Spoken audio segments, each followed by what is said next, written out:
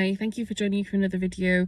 In this video, I just want to discuss with you, well, not even, I just want to share my dismay and heartbreak over some of the human rights abuses and things that I've seen over the last, well, especially the last 8 or 9 months, but also, I guess, over the course of my life. Really, although this isn't about me, this what I do is not about me. I don't want to be the story. I don't care about being the story. Okay, it doesn't interest me at all to do that. I'm here because, like, as one thing I can say that I've seen throughout the course of my life is how cruel people can be to each other. It's not people's fault that's so, but we must change, must try to change. Again, I've seen some horrific things over the last 8 or 9 months, people acting in ways and being degraded, which it's hard to bear, really. It's hard to, I never thought when I was younger, you think the world is one way and it turns out to be something else. And things that I've seen people, the positions I've seen people put in is degrading to them. As much as it's degrading to me, it's also degrading to them, okay? It is degrading. No matter how much money they get paid to do what they do, it is degrading to them, okay? Because it affects their consciousness, okay? Which is very important. Also, I've seen people who are clearly very vulnerable, kids, adults, vulnerable adults, people who've probably been trafficked, people who probably been likely to be refugees of some kind or asylum seekers, if they have any official status at all in this country. I don't know. Again, this is speculation, but I have to use my intuition and what I've seen, okay? I've seen some very, I've seen some horrific human rights abuses. Of course, what's happened to me has also been, human rights abuse. I can't even talk, I can't really, there's no point in making me the example, really, in some ways, because what I've been through over the course of my life is so extreme that, it just shouldn't be like, I wouldn't even know where to start telling you.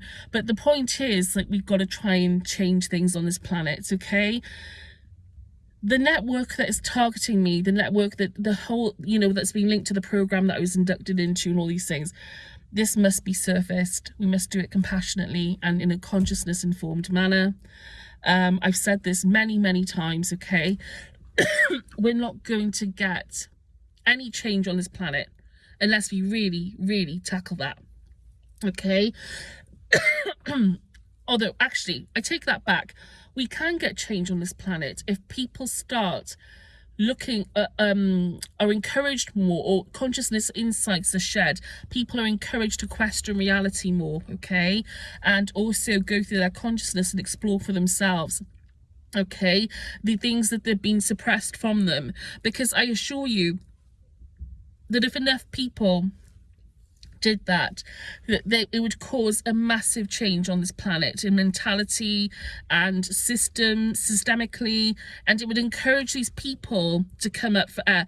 Because I can tell you what happens when you start searching for God and searching your consciousness for all the possibilities in this, beyond this universe. You start experiencing those things.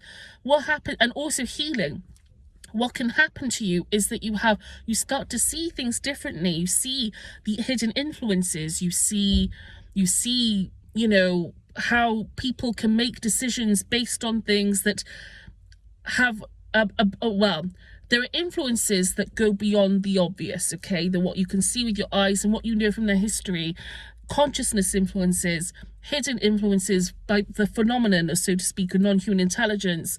Also higher level purpose stuff, okay, basically, as well. So there's all sorts of things, okay, that and samskaras, thought forms, are another thing, okay? A lot of what your identity has been built around is based on forgive me, what other people have projected onto you over the course of your life, okay? Not exclusively, not at all exclusively, because there are other reasons why things have happened to you as well. But a lot of how you feel about yourself and about the world, a lot of that has been shaped by what people have told you about who you are and what people have told you about the world, okay? And there comes a point, I think, when you realise that that's not serving you anymore. Not again, this isn't everybody's path, and that's the thing, that's the paradox of me saying all these things. I don't believe that everybody on this planet should or is meant to be doing any of this stuff, okay? But at the same time, I have to share what has worked for me, although it's worked, but at the same time, because of all the damage that's been done through the targeting I've experienced, and also because of the nature of the oppressive system that we live in, I've done a lot of work, but at the same time, I'm still oppressed. Okay, there's still lots of ways in which I'm oppressed, you know. But again, I see that it's not about me. I can't just work on getting myself free. You know, I've had moments of bliss and freedom, feeling that, you know, yes, I'm finally, you know, I've had moments of respite in that sense, but I'm still in this world and still having to operate alongside people who are very much oppressed in themselves in very, you know, different ways. And we share that burden, okay? We all share this burden together, okay? And it's, you know, we can take, you know, again, this network, it's very easy to look at people and say, you know, you're in this, you've got loads of money, you've got loads of power, I don't like you, you know, you've got things that I need and things that I want, or you made it at the top of the food chain, ha ha ha, you know, I want your life to suck or something. I want you to have a terrible life. You know, because we're taught that we have to have these things to be successful, and people look at these people and think, well, you won the lottery, so, you know, you think you have it all sorted out, so we don't care about you, you know. But that's not true, you know. And I think we all know deep down that money, whilst yes, of course, it does help to have money in this world, unfortunately, you know, and all these things, you know, unfortunately, you know, at the same time, it's not the key to happiness, okay? And a lot of these people on the inside, so to speak, are operating under a lot of strain, okay? They've been charged with hiding things from the public under a lot of stress, okay? Things which I think, you know, there's a threat of retaliation, there's a threat of being targeted yourself if you start sharing the truth about things.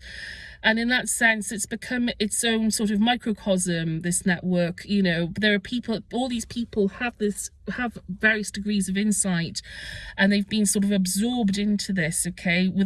Again, their life path has just taken them down that way, and bless them. You know, we should have compassion for them, because a lot of them are just trying to do the best they can. But they realize, I think by the time they realize that this is the nature of things, they're so far down the rabbit hole that it's very difficult to get back out again. And they have other obligations, they have family to consider, they have all these different things, and there are also different aspects to their job as well.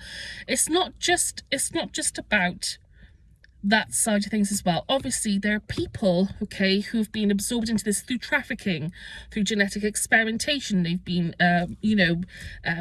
I have theories about how that's happened. Again, I'm, you know, somebody who's been, you know, targeted and experimented on in my own way as well, to a very large degree. So you know, we're talking about human rights issues across the board here, okay?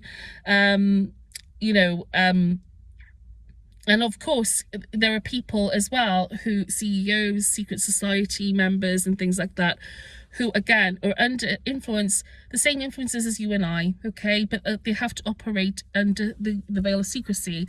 And again, I think once you get so far down the rabbit hole, it's very hard to get back up again, okay? Very difficult. It's okay for these people to be afraid. You know, it's okay to be afraid. I'm afraid every day.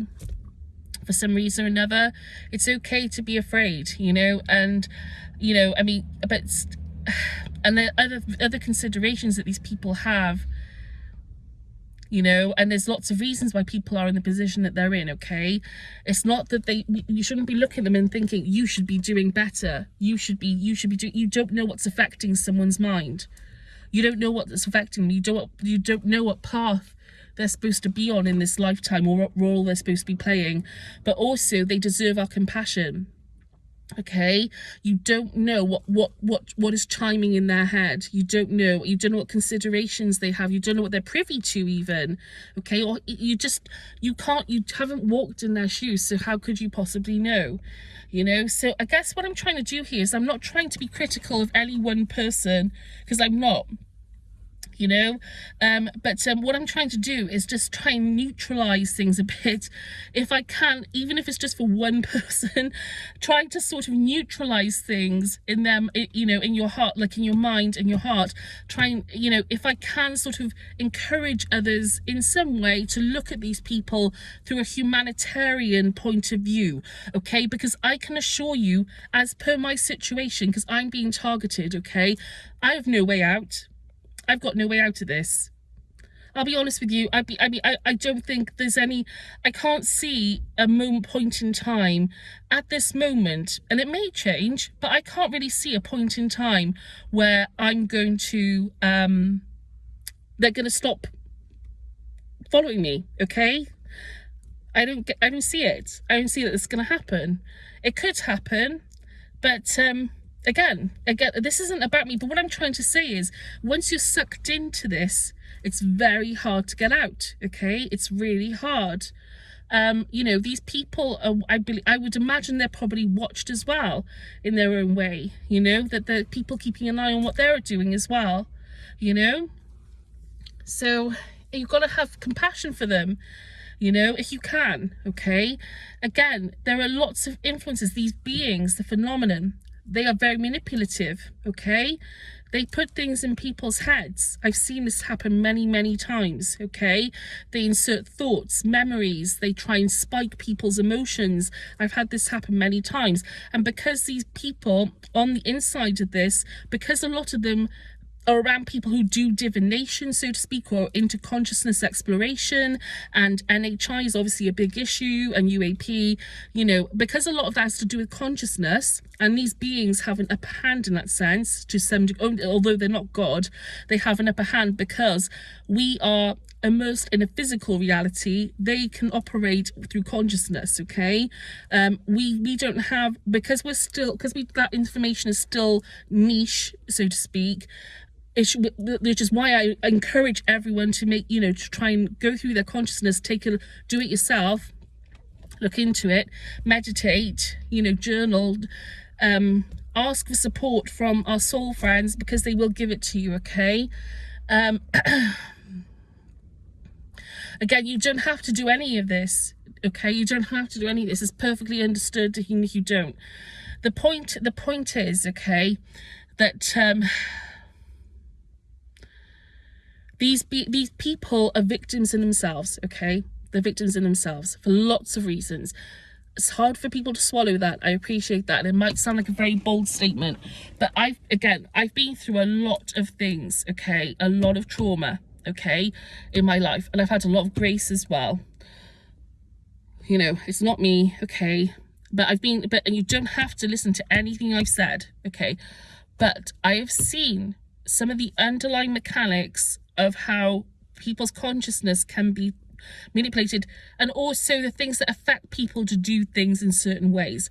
And I've seen I've sensed how God sees us through, you know, the lens of all it is, its creation, okay? Just, you know, again, I'm not God, but at the same time, I felt it, and the love it has for everything, okay? And just imagine, like I said, the way that you come, you know, the way you have a child or somebody that you love very dearly, unconditionally, and just imagine how upsetting it would be if you found that they were trapped in some way or influenced to such a degree that they ended up, you know, going into some sort of criminal vortex, so to speak, and being convinced in some way that they're defective and prompted to do things that are just way outside the way that you knew them, or the hopes that you had for their life, or just completely erring from, their better nature, so to speak, okay, for no reason, for reasons that actually are beyond their control to a large degree.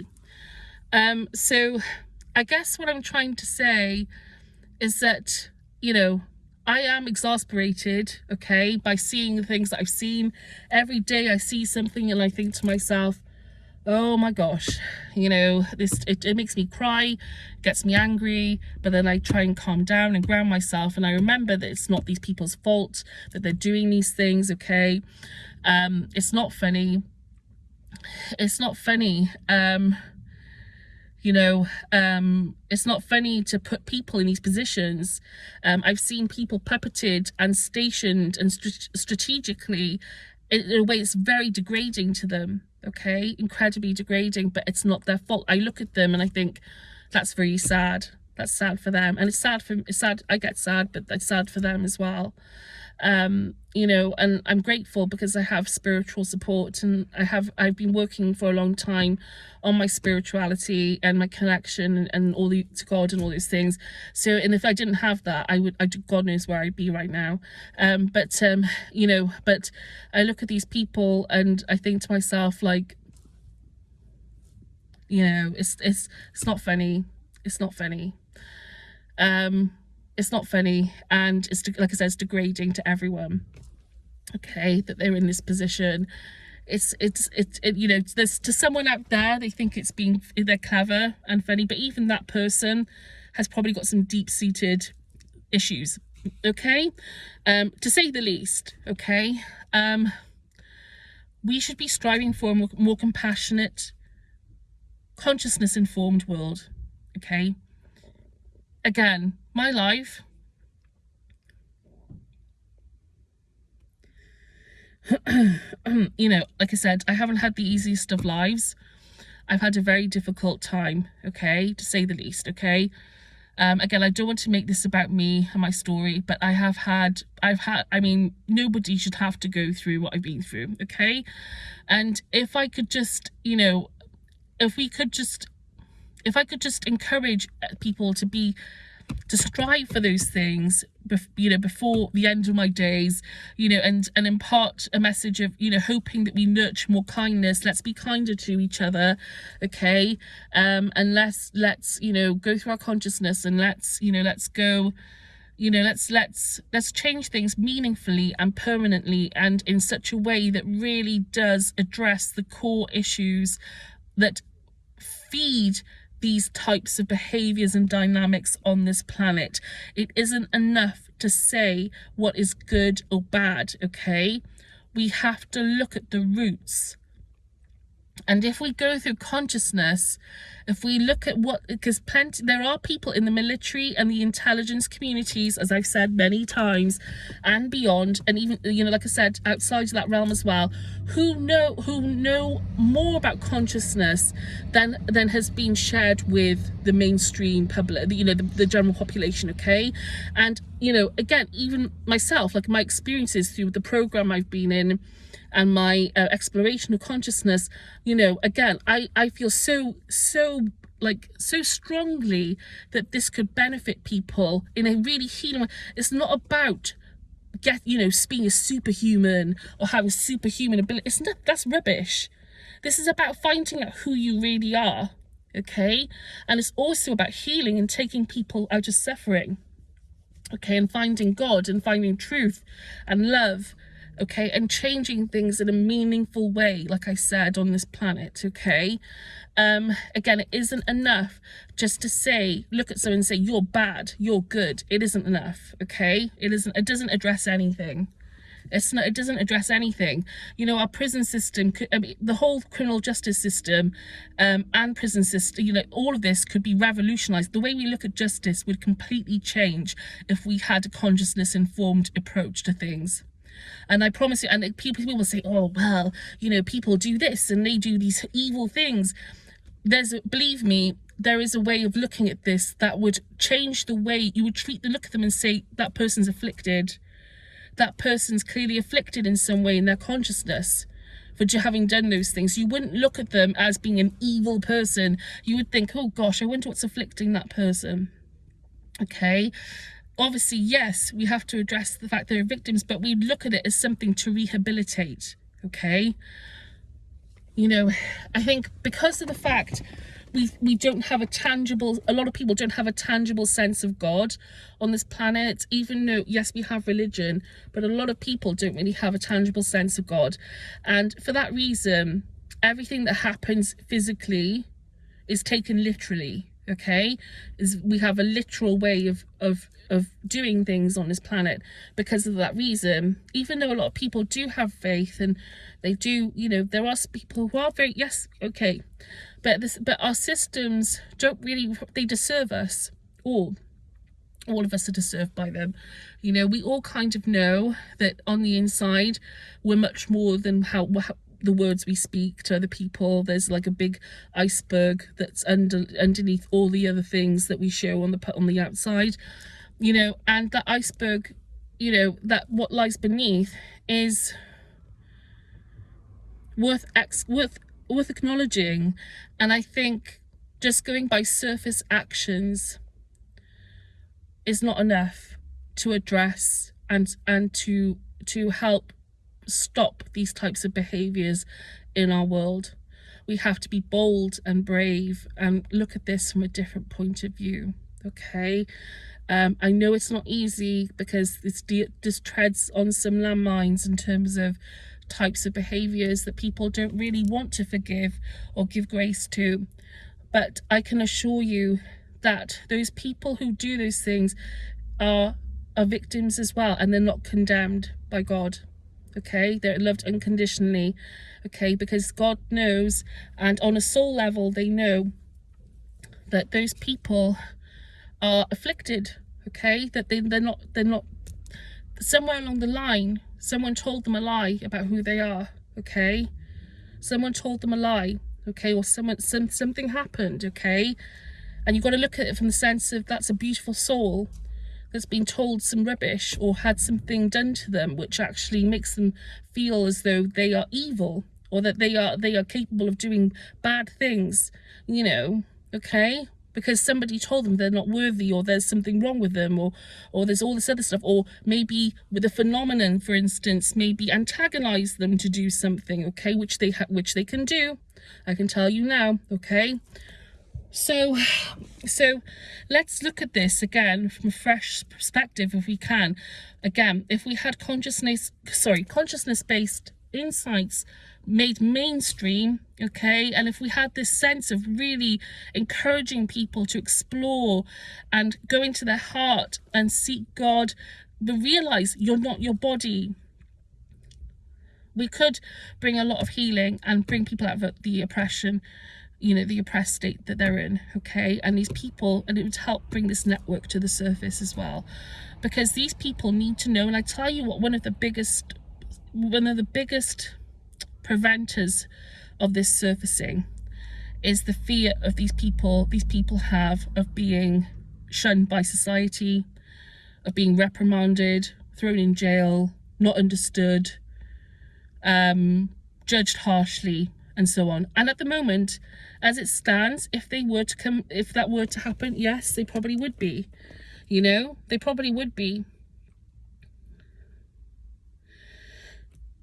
But that's not the way through. That's not the way through this. You know, clearly, and what's happening is because of that fear of coming forward, and a lot of them are probably absorbed in it's their lifestyle, it's their mindset. But there are people, I think, who do want to be released from this, and we've got to stop the human trafficking and all these things. And how can we do that? Well, we can show that the terrain is clear.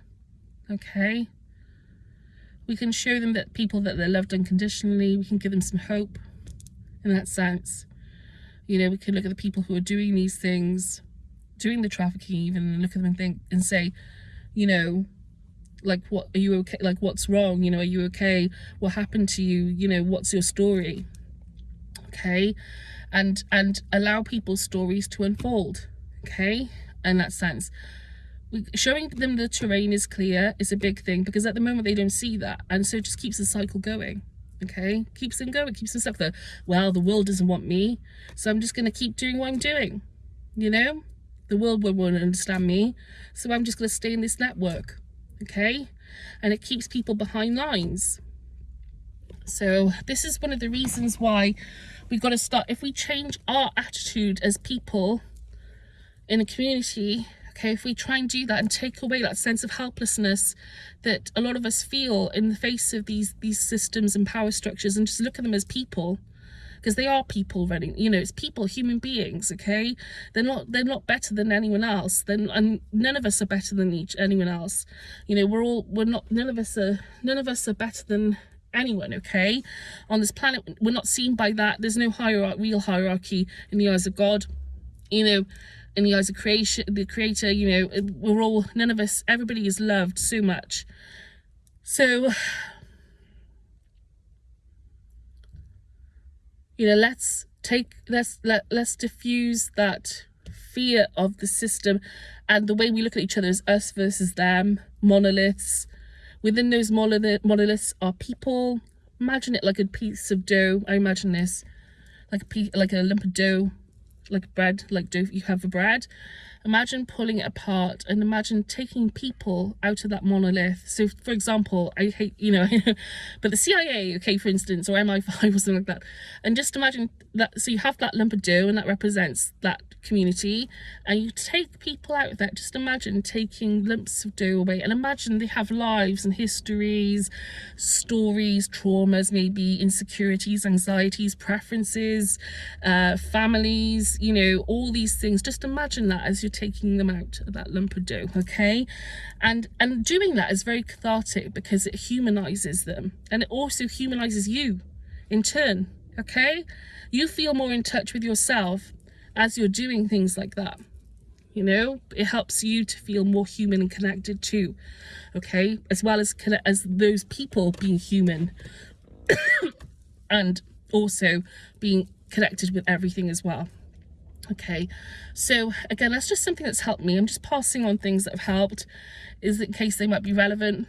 You know, I'm not doing this to be self-righteous, because I think everybody has something beautiful about them, and everyone serves, everyone's life is beautiful. But I would be remiss if I, you know, scooted off this planet someday and didn't try to share these things with people, because I do believe in them. I believe in their healing power, and they might help someone. But I also think that whatever happens as it only can and should, and you've got to respect people's journey as well, okay? And you know, I can't force my narrative onto other people, or like how I think things should be. Is much nicer, and actually again, another healing thing I've found is just to actually just appreciate things as they are, and ask questions about their story, and be curious, and just think, you know, you don't know what's affecting people's minds. And the more you do that, the more spacious, and the less intense things feel in terms of conflict and so on, and just feeling that you're separate or different, or like that can really diffuse the tension between you and other people, basically. So I guess I started out this video saying that I'm annoyed about everything, and I am annoyed. I do get annoyed and upset, but I also ground it in the sense of looking at the bigger perspective as much as I can, because that's my lot in this life, okay? At this point in my life, I have to do it as part of a survival strategy, but it's also the way I've come to be because of experience as well. And, you know, again, from what I've seen, again, this is not about self-aggrandizing or anything. This is about me having certain experiences which frankly nobody should ever have, and I pray this never happens to anyone, okay? What I've been through, again, okay, this shouldn't happen to anyone. But that's for another video, and the details about the situation that I'm going through, which I would like to share at some point in the future, just because it could help give some insight. But again, the point of this is to share from my vantage point, and again, there are lots of other things happening in the world beyond my life, you know, but this is an important issue that affects everyone, okay? everyone on the planet. This network and its activities affect everyone. We should be concerned about it. Finally, like I said, because of the planetary changes that are ahead, and the information suppression about these planetary changes, potentially lives are at risk because of this information suppression. There's a strategy that's unfolding according to their insights about these planetary changes, such as the geomagnetic field decline and climate change and AMOC decline, that could really help people to, and there's a strategy unfolding which is, going to cause a lot of upheaval, and it already is, because look what's happening in the Middle East, which is basically a way for Israel to stay, secure resources and stability in the region ahead of time. Okay, we need this information to be surfaced. We need to surface this network as well, so that we can work together to find solutions. We need to relieve them of this burden, of this inertia, of having to carry this information along with them and suppress it. We should be, and encouraging them to come forward, okay? But also do your own research as well. Do them a favor and do your own research. But I say that, and try and do it in communities if you can. Don't do it as individuals, okay? You can absolutely help it. Try and join a community, try and join Ben Davidson's YouTube channel community, some Space Weather News. Try and join his community if you're interested in the pole shift event that's coming. If you I encourage you to do that, because